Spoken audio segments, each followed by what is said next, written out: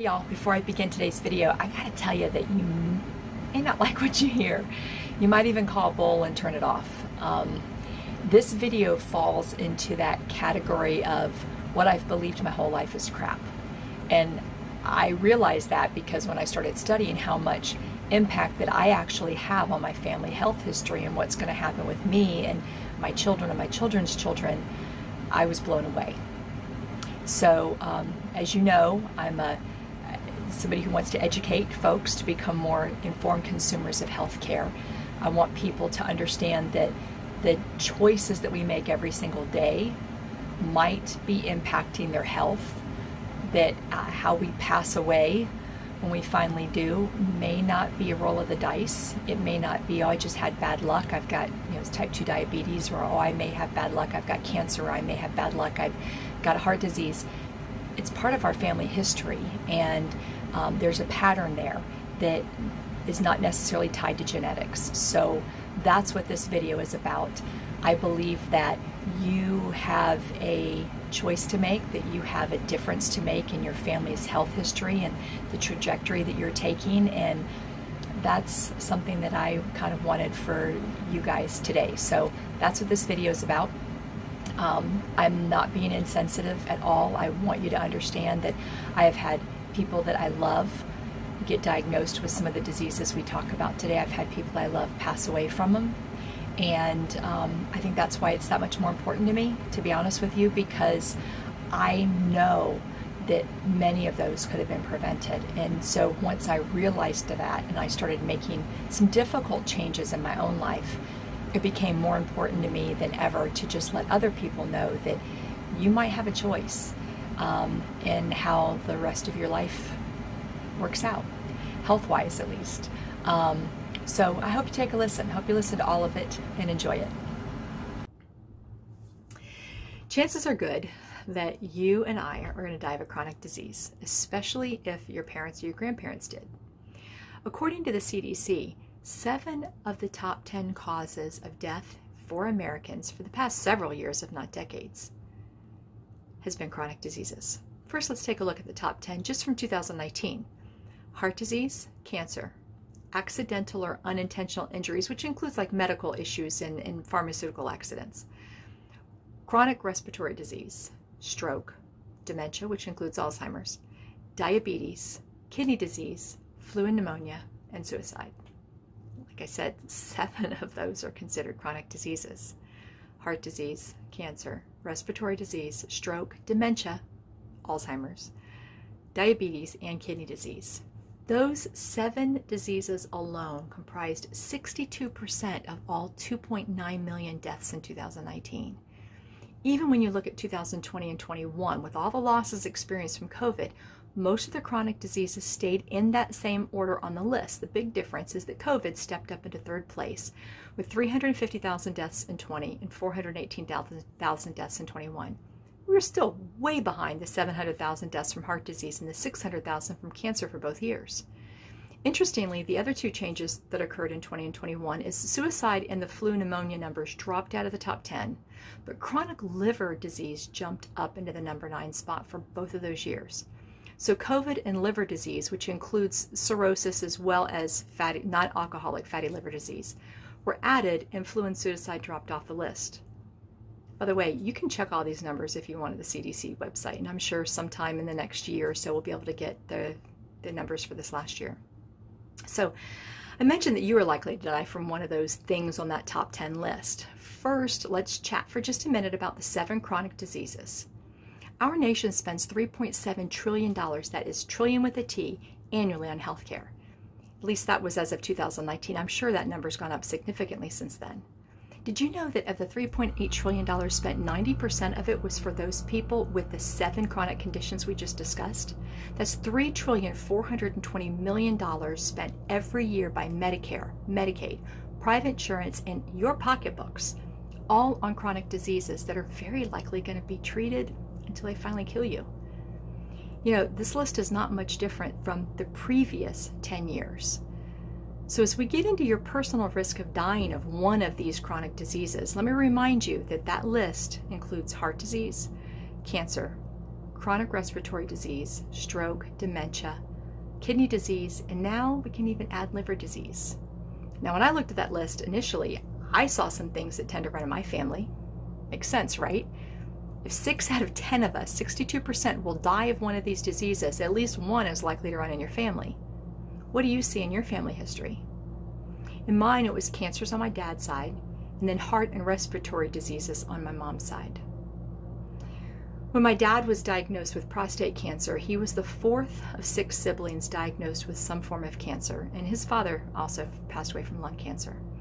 Although Dad was successfully treated and is still alive 10 years later, the other 3 siblings all died from their cancers. One was lung, one was brain, and the other was a form of melanoma that metastasized to her colon before she even knew she had it. Unfortunately, on my mom's side, my mom and both of her parents have passed away from respiratory and heart illnesses after several years of medical treatments. Treatments that never cured anything, but simply kept those respiratory symptoms at bay for a while the treatments ultimately caused other issues that eventually factored in their deaths. Like most people, I grew up thinking that I was going to end up with some form of the family disease. In my case, it was either cancer or lung and heart disease. I actually ran scenarios in my head wondering which one I was going to get. I mean, I thought since I don't smoke, never have, maybe I won't get COPD, but honestly, I wasn't sure. My mom smoked while she was pregnant. Everybody in the 60s probably did. And both of my parents smoked in the house until I was well into high school. Of course, visits to the doctor for annual exams, regular visits, whatever, seemed to confirm that theory because they ended up asking me about family history every time I went. They always told me that I needed to start some sort of screening for those things that I was at risk for faster and earlier than the general public because of the family history. So I naturally thought that it was predestined, right? It's kind of a solemn thought. I'm going to guess that many of you also thought that your family health history was likely to repeat itself. Well, here's a fact that you may or may not know. If you have a family history of any of the chronic diseases like heart disease, cancer, cardiovascular, COPD, diabetes, kidney, dementia, you are more likely to get that disease yourself. But this is a big one. It's probably not because of genetics. What? Not genetics.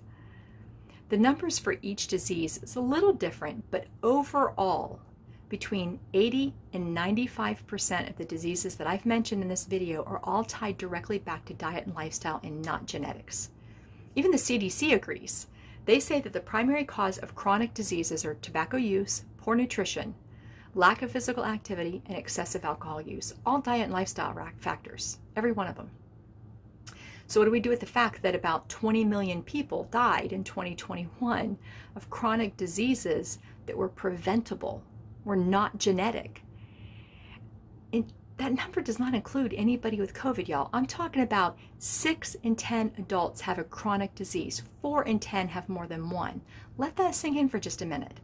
Think about you, people in your family, people you work with, people in your neighborhood, the folks in your inner circle, the people you go to church with.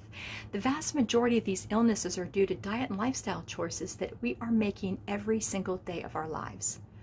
Now, before you get all riled up and start hollering at me about don't blame the patient, I'm not. This is just reality. My goal with the video is to help you understand that you and I have way more impact on our health and well-being, whether or not we will end up with chronic illnesses that the medical industry tells us are inevitable. Take, for example, breast cancer. Only 10 to 15% of those diagnosed have a genetic mutation that caused their cancer. The other 85 to 90% were caused by other risk factors. That includes alcohol consumption, weight, lack of physical activity, not having children or not breastfeeding if you do have them, the use of birth control and hormone replacement therapy, having implants, and what they did or did not eat. Every year we dedicate the month of October to breast cancer awareness. During that month we hear all about having screenings and how important that is to find out if you have a cancer and beat it. How often have you heard that eating cheese and putting sour cream on those nachos, or eating ice cream and drinking cow's milk, or even putting whey and casein proteins into your protein shake, those are the things that are likely to cause cancer cells to multiply. When your doctor prescribes birth control or HRT, do they let you know that there is a high likelihood that these hormone therapies are going to cause hormone-related cancers?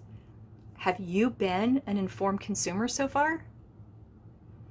Genetics load the gun, but lifestyle choices pull the trigger. It's a quote attributed to, I don't know, a whole bunch of different doctors and health professionals, and I'm really not sure who said it first. But regardless of who it is, it reflects a theory that our choices matter. In fact, I'm going to repeat it again. Genetics load the gun, but lifestyle choices pull the trigger. And real quick, let's talk about another chronic disease that is more tied to lifestyle than genetics. Dementia, which includes Alzheimer's.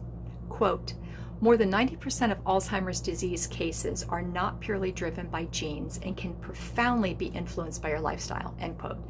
This is a quote by Dean and Aisha Sherzai, who are neurologists and scientists who have spent their entire career studying the brain and Alzheimer's disease because both of them have genetic ties in their family. They've written books and published papers that show how the kinds of genes that are causative for Alzheimer's, that means that if you have one of these genes, you're getting it regardless of your lifestyle. These causative genes only cause or only are tied back to about 3% of all Alzheimer's cases. The other 7% of the cases that go back to genes are influenced by lifestyle, mean they might have been avoided. That means that 90% of the remaining cases are actually caused by lifestyle, things that are completely unavoidable.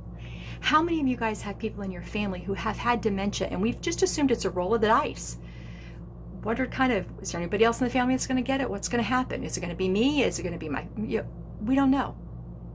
There's just a couple examples right there, but every one of the chronic diseases that I mentioned in that top 10 list of the reason that people have died in America over the last several years have similar situations.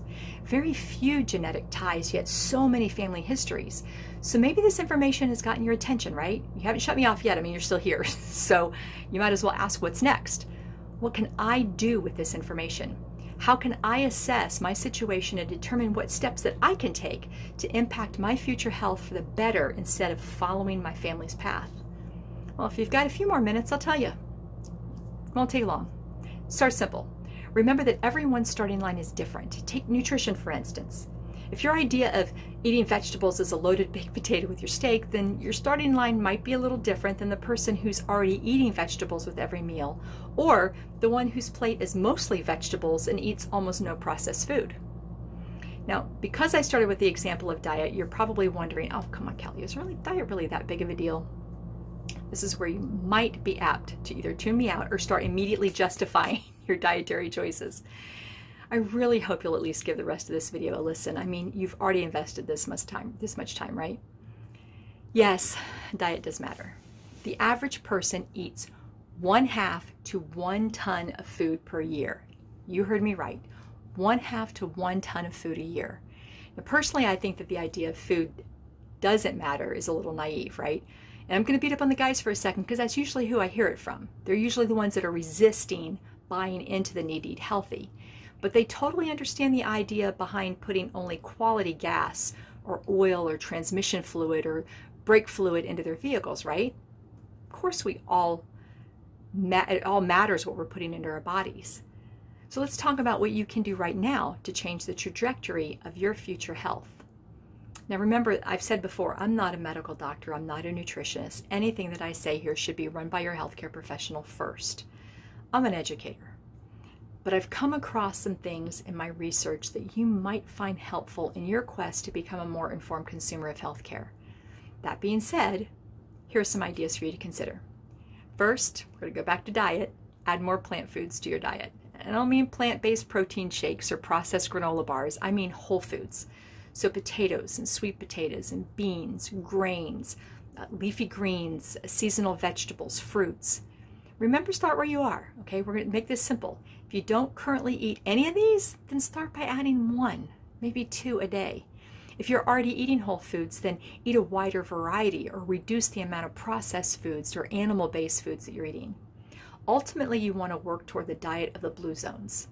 Now, if you don't know who they are, These are the areas of the world that, when studied 20 years ago, represented the healthiest and longest living people on the planet.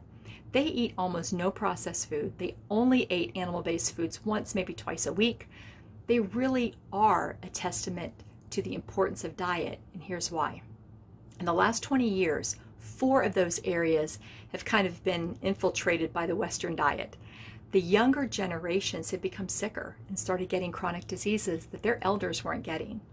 Only one of the original blue zones, Loma Linda, California, is still an active blue zone. And while this is a topic for another video, it's an area that is highly populated with Seventh-day Adventists who are mostly vegetarian. Because of the religious practice, they haven't let the eating habits of the standard American diet infiltrate their community, and they still have one of the healthiest and longest living populations in the entire world. Now, the next thing you can do to live a healthier life and avoid the deadly chronic diseases is to move your body every day. Whether it's a planned exercise routine or you're simply walking your dog around the block at a couple times at a really good clip, you want to aim for 20 to 30 minutes of exercise that raises your heart rate. And this part's important. You need to stress your body a little bit in order to have it improve how it operates. Once you have that going, start strength training. It's one of the most effective ways to keep your bones strong, keep diseases at bay, and slow down the aging process. Eventually, you want to add in things that help your balance, like yoga or Pilates, but again, you want to start where you are and just add something. Remember always to talk to your healthcare provider before you start an exercise routine. It's important, y'all. Another thing you want to do is reduce exposure to outside toxins, including smoke and alcohol and strong chemicals. Now, by now, most of you are well aware of all the dangers of smoking. It goes for cigarettes and anything else you might be smoking.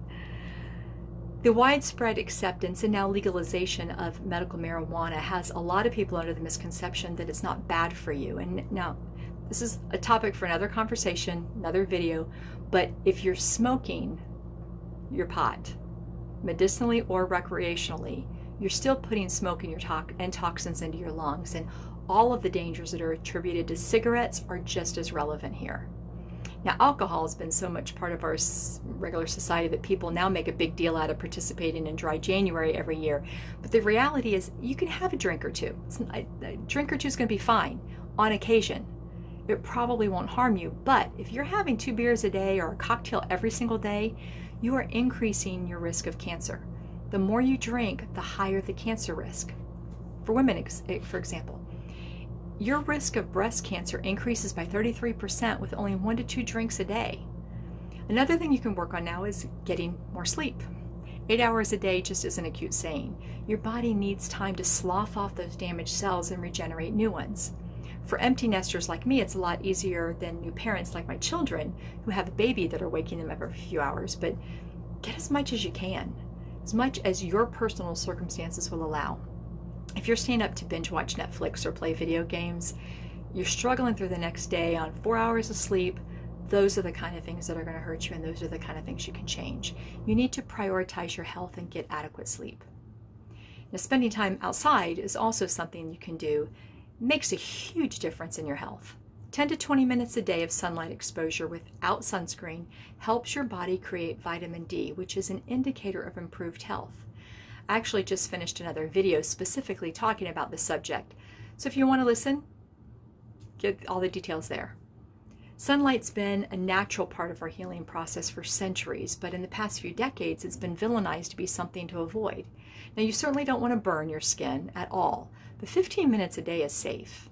And if you're feeling under the weather, one of the very first things you should do is go outside and get some sunlight on your skin. It's going to improve your mood and help your body create what it needs to heal. Now, if you live in an area or work a schedule that doesn't allow for getting sunlight, there might be cause to consider a high-quality D3 supplement or light therapy. But remember that when you decide to start taking a shortcut, like a supplement, then your body stops making its own because it's registering that you're getting all that you need. It is always preferable to have your body create what it needs over supplementing. All right, so here's another one that's easy to do. You can drink more water. Aim for your weight in ounces and drink pure water that is from a spring or carbon filtered. Some people prefer reverse osmosis, and I get it, it tastes great, but the process involves removing minerals that your body needs. Even when they add back in some electrolytes, you're just not getting all of the minerals, the essential minerals that the earth is creating. Now, if you're somebody who drinks nothing but coffee and soda, then start where you are. Follow up your cup of joe with a full 8 to 12 ounces of water. If you really can't just get down a glass of water, you're like, I just can't do this, then start by, I don't know, infusing it with lemon or berries or something to give a taste to it. Get it to the point where you can drink it, and then over time, you're going to want to drink enough water that your urine is a very light yellow. They recommend 8 full glasses a day. Dark pea is going to indicate dehydration, and quite frankly, most Americans are dehydrated. That's it. Doesn't really matter where you're starting. If you're serious about long-term health and living your best life free from disease, then you can get there from where you are. The path is probably going to look a little different for everybody. Some people can make changes all at once, and some are going to need to take changes one at a time, and that's okay. The only thing that all of us need to do is make a decision. Make a decision today about your future health and where you want to be. Start learning more about how your diet and lifestyle choices have a long-term impact on your health and the chances of suffering from chronic diseases. If you've already started experiencing some of those medical issues like autoimmune disease or type 2 diabetes or high blood pressure, IBS, chronic inflammation, joint pain, things like that, then time is just not your friend right now. You got to make a decision. There's plenty of resources out there, including some free videos and articles, as well as inexpensive classes that I offer. I'd love for you to take advantage of the free things that I'm offering. So just send me an email or visit kellijomo.com. That's KELLIJOMO.com. Sign up for the newsletter and to get access to some of the articles I've already written. You can also take a look at some of the classes that may help you learn more about what we've discussed today. Maybe you've already made a decision and you want to make changes, but you don't know how. Well, I've got some great solutions that might help on this journey. So congratulations, you made it to the end of the video, a whole 20-something minutes.